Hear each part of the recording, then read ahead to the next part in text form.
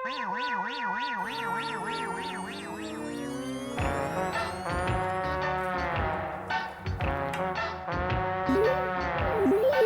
हुआ बाबूजी? स्क्रू ढीला हो गया है। किसका? ओ चश्मा का। लाओ कर दो। अरे दया, हाँ?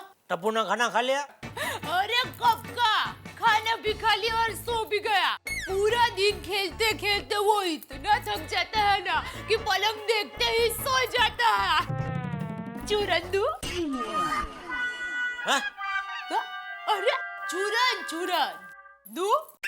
अरे अभी तो खाना खाया। हाँ हाँ इसलिए तो। क्या इसीलिए तो? क्या चूरन की आइसक्रीम है कि खाना खा लिया तो अभी लो चूरन खाओ? अरे भाई अभी तो खाना पहले पायदान पे है, धीरे धीरे पेट की तरफ जा रहा है, उसको हजम होने के लिए टाइम तो दो।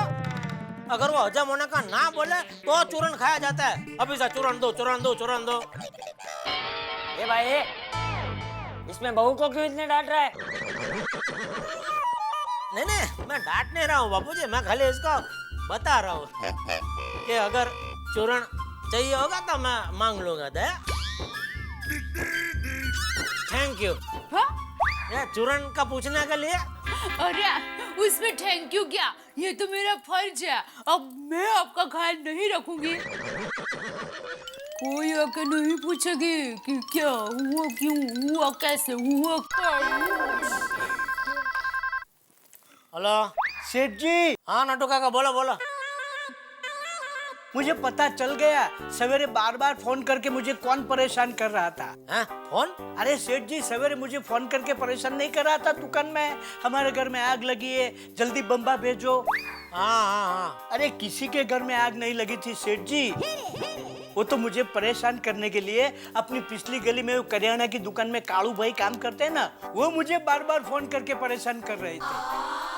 क्यों? क्योंकि मैंने उसे मोबाइल उधार देने से मना कर दिया था ना, इसलिए मुझे परेशान करने के लिए उसने ये रास्ता अपनाया। बोलो। अच्छा ठीक है, और कुछ? नहीं बस और कुछ नहीं, आप सुनाइए। Good night. मेरी तो बात काट ही देते हैं।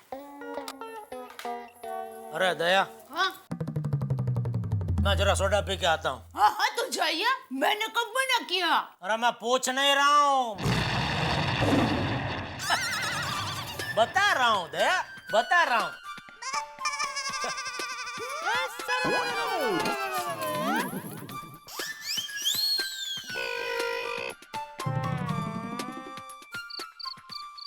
डॉक्टर हाथी, अब बोलो सही बात है यार।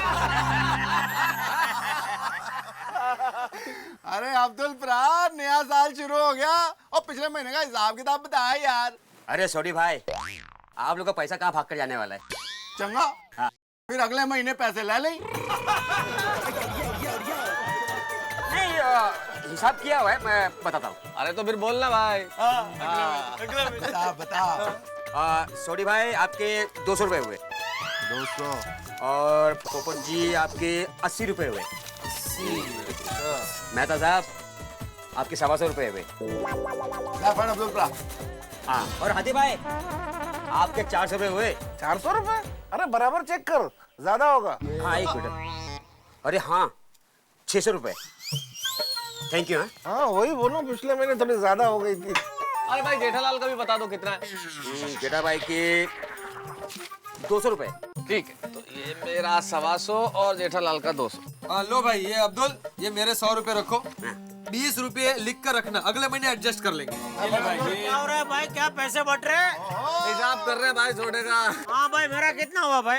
मेहता साहब ने आपके पैसे दे दिए। दे दिया? ठीक है, बाद में समझ लेंगे।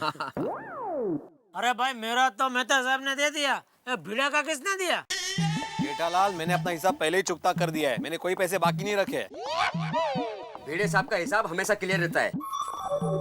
हाँ यार, लेकिन आज का दिन तो बहुत टेंशन में गया। क्यों, क्या हुआ? और तेरी वजह से नए साल की सुबह का मूड का मुरब्बा हो गया।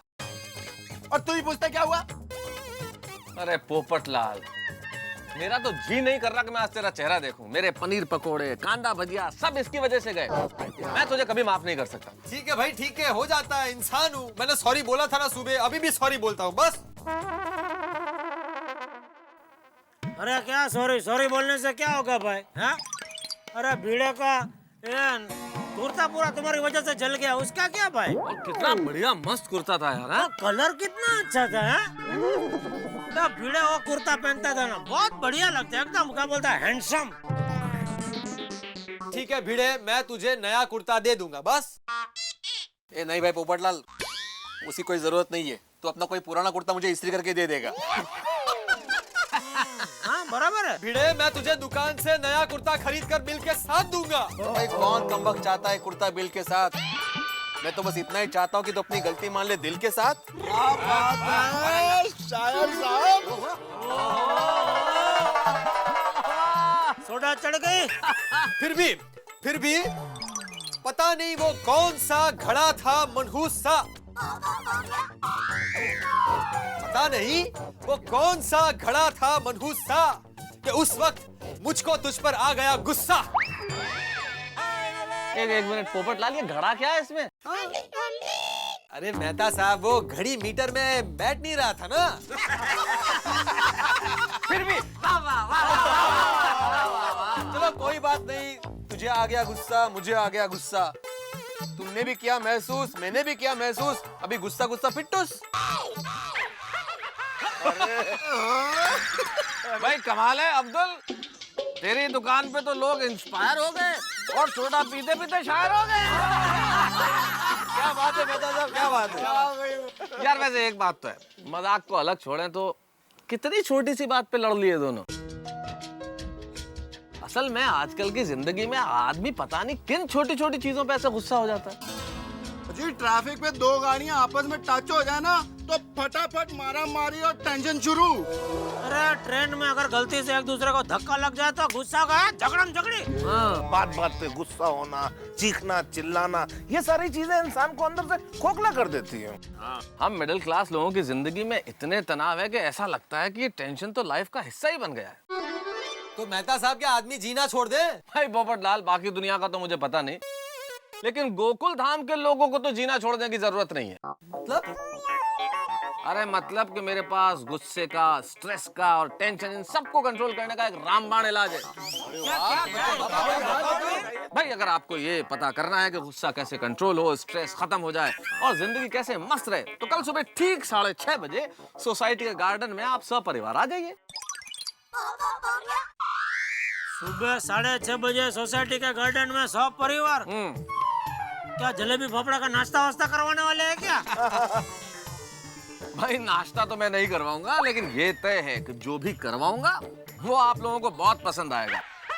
अब मेहता साहब, हम लोग तो सवेरे आ जाएंगे, पर ये परिवार वाली बात समझ नहीं आई। अब बीवी और बच्चों के टेंशन से क्या लेना देना? हाँ बराबर है छोटे, हाँ बराबर। क्या बराबर है जेठालाल यार? भाई हमारी पत्नियों को जमाने के इतने टेंशन है जो हम सोच नहीं सकते। कैसे? बच्चों को तैयार करना, उन्हें स्कूल भेजना, उनकी पढ़ाई टाइम पे हो रही या नहीं हो रही, घर का काम कौन करेगा, आप दफ्तर जा रहे हैं, आपका खाना पकाना, शाम को आने के पहले पूछना कि मैं क्या बनाऊं। अरे भाई कितने टेंशन है। घर को संभालता कौन है? आप लोग? हम संभालते हैं क्या? बीवियां संभालती है हमारी। और सच पूछिए मुझसे तो औरतों को मर्दों से ज्यादा टेंशन है। हाँ, और बच्चों को भी तो टेंशन होता है ना, पढ़ाई का टेंशन, ट्यूशन का टेंशन। ऊपर से ये भिड़े जैसा ट्यूशन मास्टर हो तो टेंशन और बढ़ जाता है। सही बात है।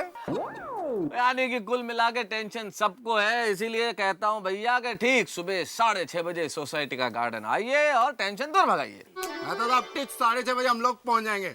अच्छा मुझे तो बताओ, क्या उधर क्या करवाने क्या वाले हो? नहीं जेठाला, तो मैं भी नहीं बताऊंगा। भाई इस आइडिया को हम सुबह तक सस्पेंस में रखते हैं ना, जो भी कल सुबह आएगा उसे पता चल जाएगा। चलो भाई चलो, अगर सुबह जल्दी उठना तो जल्दी सोना पड़ेगा। सही बात है। अय्यर भाई नहीं है ना आज, तो ठीक है, मैं जाते जाते बबीता जी को बताते जाता हूँ सुबह का। अरे जेठालाल, तुम क्यों टेंशन ले रहे हो? मैं उसी विंग में रहता हूँ ना, मैं जाते जाते बबीता जी को बोल दूंगा। तुम अभी घर पे ही जा रहा हो? हाँ। अभी बहुत देर हो गया है, तो अभी क्यों खामखा डिस्टर्ब करने का? तुम रहना दो पोपटलाल, आप अंजलि भाभी को बोलना, फोन करके बता देंगे। पक्का मैं बोल देता हूँ अंजलि को, वो बोल देंगे। ठीक है, तो कल मिलते हैं भाई सुबह 6:30 बजे। हो सपना जो देखा था अब सच हो रहा है। आइए खेलिए गड़ा इलेक्ट्रॉनिक्स।